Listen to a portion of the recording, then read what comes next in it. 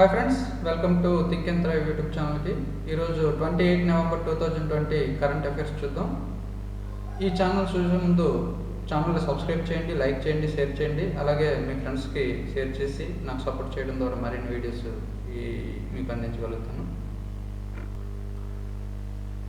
First question, 1994 Panchayati Raj వ్యవస్థ సవరణ చట్టం ప్రకారం ఎన్ని రోజుల్లో ఎన్నికలు జరపాలని నిర్ధారించారు? Option 1 21 days, option 2 12 days, option 3 14 days, option 4 10 days. దీనికి సరైన సమాధానం ఆప్షన్ 3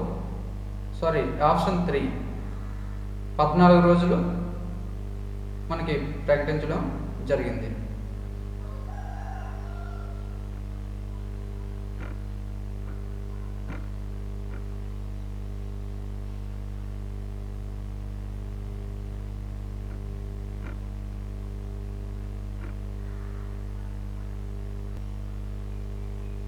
రెండు 2013 ఎన్నికలు ఎన్ని రోజుల్లో పూర్తి చేశారు?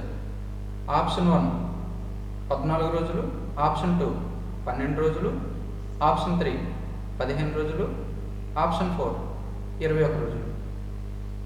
దీనికి సరైన సమాధానం ఒకసారి ఆలోచించండి. ఓకే, ఆప్షన్ 4 21 రోజుల్లో మనకి దీన్ని పూర్తి చేయడం జరిగింది. భారత నౌకాదళానికి చెందిన MiG-29K శిక్షణా విమానం ఏ సముద్రంలో కూలిపోయింది? ఆప్షన్ 1 హిందూ మహాసముద్రం, ఆప్షన్ 2 నల్ల సముద్రం, ఆప్షన్ 3 అరేబియా సముద్రం, ఆప్షన్ 4 అరబిక్ సముద్రం. ఒకసారి మీరు ఆలోచించండి, ఇందులో ఆప్షన్ ఏమై ఉంటుందని. దీనికి సరైన సమాధానం ఆప్షన్ 3 అరేబియా సముద్రంలో కూలిపోయింది. సుదీర గ్రహ శకలం నుండి మట్టిని సేకరించిన జపాన్ హోమ నౌక పేరు ఏమిటి? Option 1 హైబుసా 1, option 2 హైబుసా 2, option 3 హైబుసా 3, option 4 హైబుసా 4. ఒకసారి మీరు ఆలోచించండి, ఇందులో ఆప్షన్ ఏమేమి ఉంటుందని. ఓకే, ఆప్షన్ 2 హైబుసా 2 అనేది మనకి ఇక్కడ ఆన్సర్గా చెప్పడం జరుగుతుంది.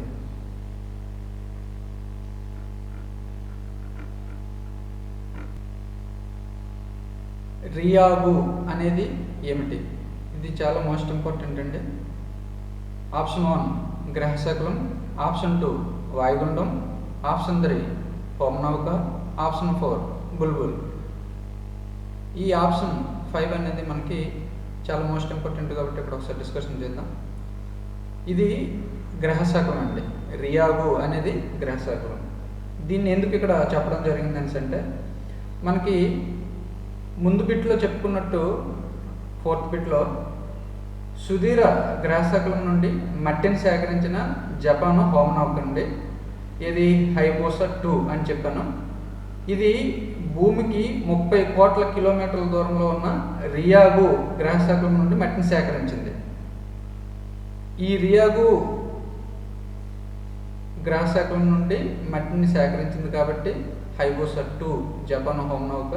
దీన్ని ఇక్కడ కరెంట్ అఫైర్స్గా చెప్పడం జరుగుతుంది. చాలా మోస్ట్ ఇంపార్టెంట్, అందువల్ల దీన్ని ఒకసారి రివిజన్ చేయండి. నెక్స్ట్,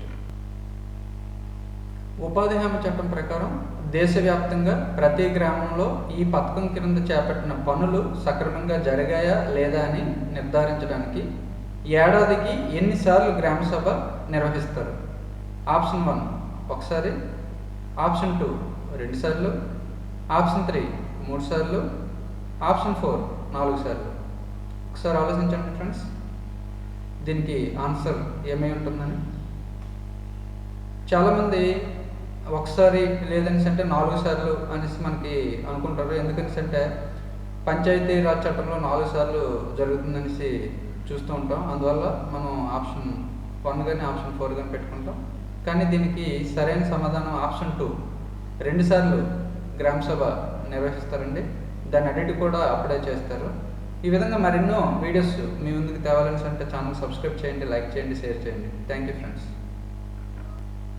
అలాగే ఈ పీడిఎఫ్ మీ మెయిల్కి కావాలి అనుకుంటే, అంటే ప్రతిసారి మీరు ఈ క్వశ్చన్స్ అన్నీ రాయలేరు కదా, అందువల్ల ఇది మీకు పీడిఎఫ్ రూపంలో ఫార్మాట్ కావాలని అంటే మీరు నాకు మెయిల్ సెండ్ చేసినట్టయితే కామెంట్ రూపంలో నేను మీకు వెంటనే ఇది మెయిల్కి పీడిఎఫ్ పెడతానండి. Thank you friends.